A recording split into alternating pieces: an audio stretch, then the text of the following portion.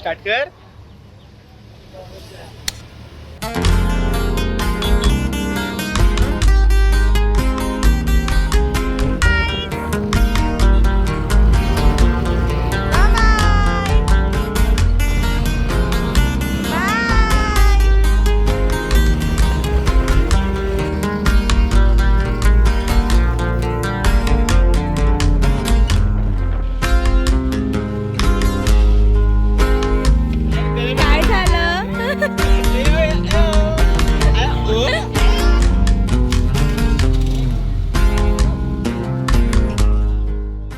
आजची आपली शैक्षणिक सहल आहे कोंडाणे लेण्यांची. पनवेलपासून कोंडाणे लेण्यांपर्यंतचा हा 43 किलोमीटरचा प्रवास. वाटेत आम्हाला ND स्टुडिओ लागला. ते कृत्रिम सौंदर्य न्याहाळत आम्ही पुढची वाट धरली.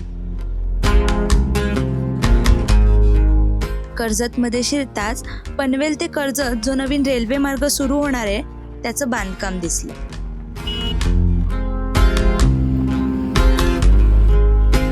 छत्रपती संभाजी महाराजांच्या पुतळ्यापासून उजवीकडे वळून कोंदिवडे गावाची वाट धरली.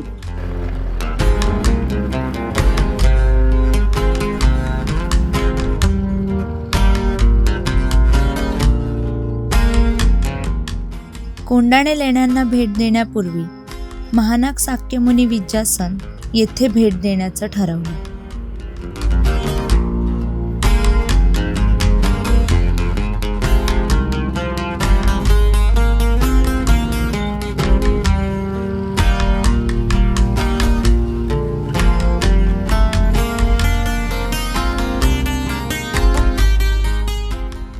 कोंदिवडे गावाचे निसर्ग सौंदर्य निहाळत असताना आम्ही वाट कधी चुकलो याचं भानच राहिलं नाही.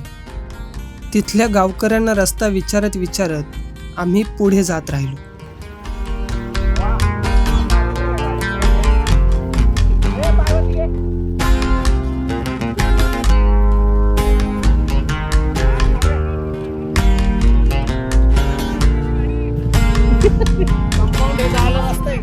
खतरनाक रस्ता आहे.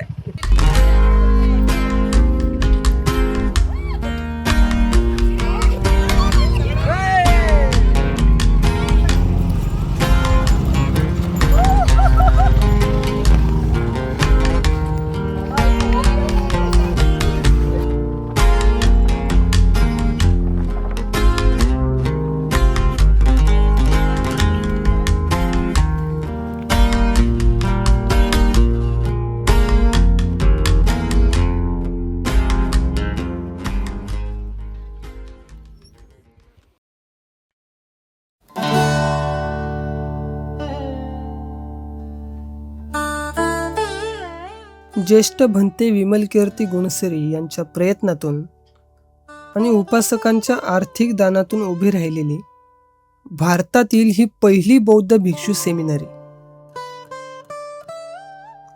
इथे बौद्ध भिक्षू, शामनेर किंवा बौद्ध उपासकाचे प्रशिक्षण दिले जाते.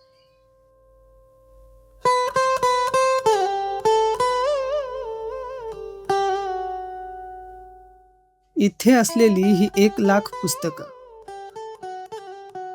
वाचण्याचा मोहच आवरला नाही.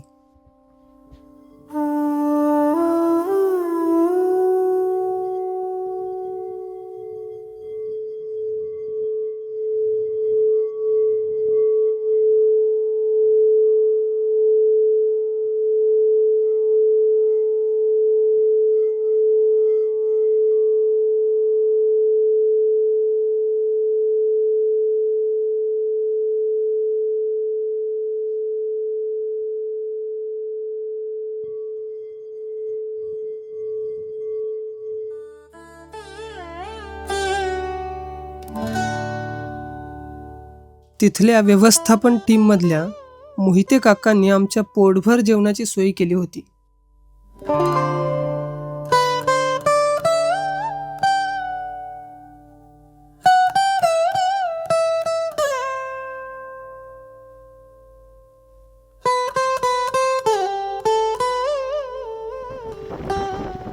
तिथून आम्ही थेट लेण्यांची वाट धरली. सेमिनरीपासून लेण्या 1 किलोमीटर अंतरावर आहेत.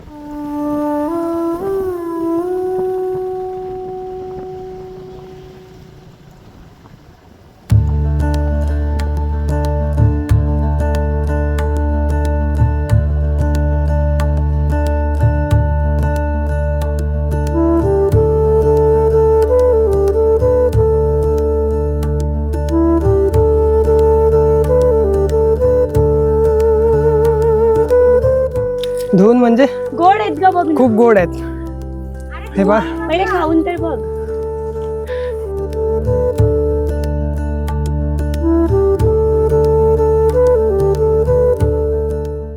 डोंगराच्या पायथ्यापासून रानावनातून डोंगरदऱ्यातून लेण्यांपर्यंतचा आमचा पायी प्रवास.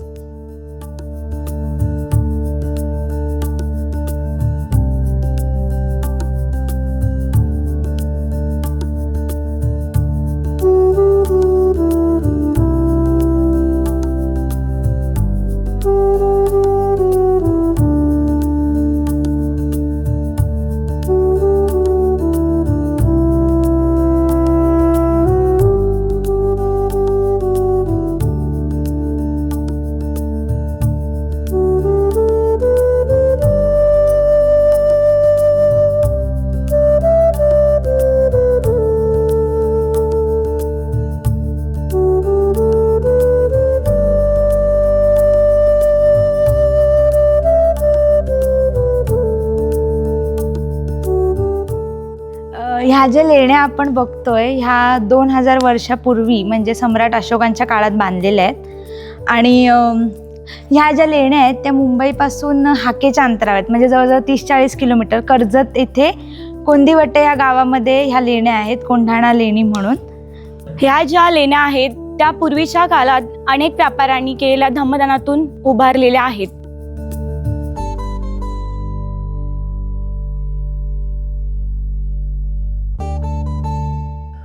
तुम्ही बघा, या ठिकाणी आहे ना, तेव्हाचे जे भिक्षू होते त्यांच्यासाठी एक पाण्याचा साठा करून ठेवला जायचा, म्हणजे पाणी लागायचं त्यांना. त्यासाठी हे कोरीव काम करून ठेवले की त्यांना वर्षभर पाणी पुरावा.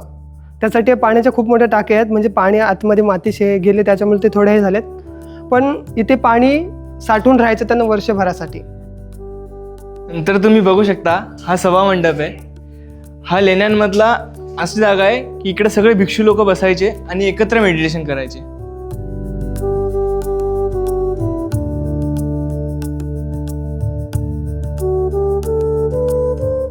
हे कोंदिवडे लेणीमधील सर्वात मोठं सभागृह आहे आणि हे शून्यगृह.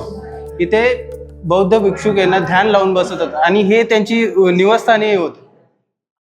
सब पापस करणं कुशलस्य उपसंपदा सचित परियोदपनं एतन् बुद्धानुशासनं नत्ति मे शरणं अय्यं बुद्धो मे शरणं वरम् एतेन सज्जवचेन होतु मे जय मंगलम नत्ति मे शरणं अय्यं धम्मो मे शरणं वरम् एतेन सज्जवचेन होतु मे जय मंगलम नत्ति मे शरणं अय्यं संघो मे शरणं वरम् एतेन सज्जवचेन होतु मे जय मंगलम. साधु साधु साधु. पाहिलं, खूप सुंदर इतिहास आहे आपला.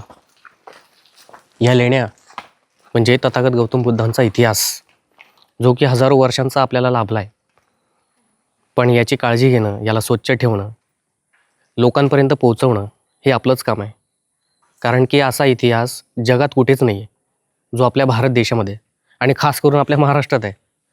तर मला सरकारला आणि इथल्या सगळ्या लोकांना एवढीच विनंती आहे की तुम्ही या, फिरा, बघा, पण इथे फक्त फिरू नका, बघू नका, ते जाणूनही घ्या. आणि या जागेला जेवढं स्वच्छ ठेवता येईल तेवढं स्वच्छ ठेवा आणि लोकांपर्यंत या जागेचं महत्त्व पोचवा. धन्यवाद.